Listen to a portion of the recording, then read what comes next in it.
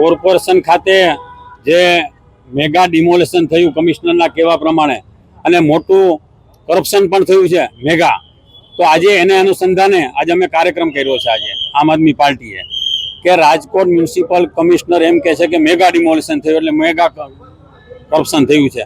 ઉદયભાઈ કાનગડે એમ કીધું કે કરપ્શન તો થયું જ છે, ભાજપના ધારાસભ્ય ખુદ બોલે છે.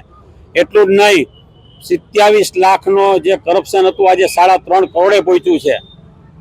આજે આ લોકોને પગારથી ધરાતા નથી, આ લોકો તો પ્રજાના ટેક્સના પૈસામાં મોઢા નાખે છે. જો સ્મશાનના જે લોકો લાકડા ખાઈ જતા હોય કાજુ કતરી કેમ મૂકે?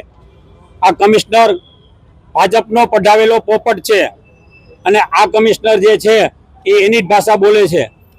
મેયરને કંઈ પૂછવામાં આવે તો એમ કહે છે જોઈ લેશું, મારા ધ્યાનમાં નથી, બસ એક જ વસ્તુ આવડે છે. આજે અમારી માંગણી છે કે આમાં પ્રજાને પણ સાથે રાખે, પાર્ટીને પણ સાથે રાખે, નિવૃત્ત જજને પણ સાથે રાખી અને આની તપાસ થવી જોઈએ. બીજો આપણે પુરાવો એ આપવા માંગુ છું કે આજે અમે પાણીની બોટલ લાવ્યા છીએ બિલ સાથે, 2 રૂપિયા 91 પૈસાની આવી છે.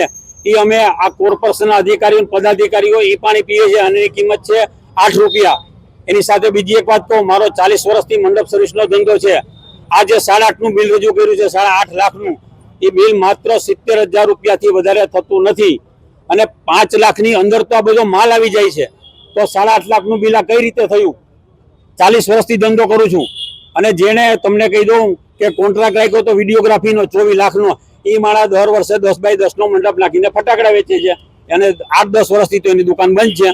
એમ છતાં પણ મામા કાકાની ના અને ફૈબાના આ લોકોને જ કોન્ટ્રાક્ટ મળે છે, આમાં મામા કાકા હાલે છે. અને આ વસ્તુ જે છે પારદર્શક હોવી જોઈએ. અને આ વિચાર કરો કે 3 દિવસમાં 3.5 કરોડ ખવાઈ જતા હોય તો ભાજપનું 30 વર્ષથી શાસન છે, શું નહીં ખવાનું હોય આમાં? તમે વિચારો. એટલે હવે અમે આમ આદમી પાર્ટી આ ભાજપ સરકાર જે સત્તામાં આવી છે ખરેખર એને રાજીનામું દઈ દેવું જોઈએ, એને શરમ આવી જોઈએ. હાય રે કમિશનર!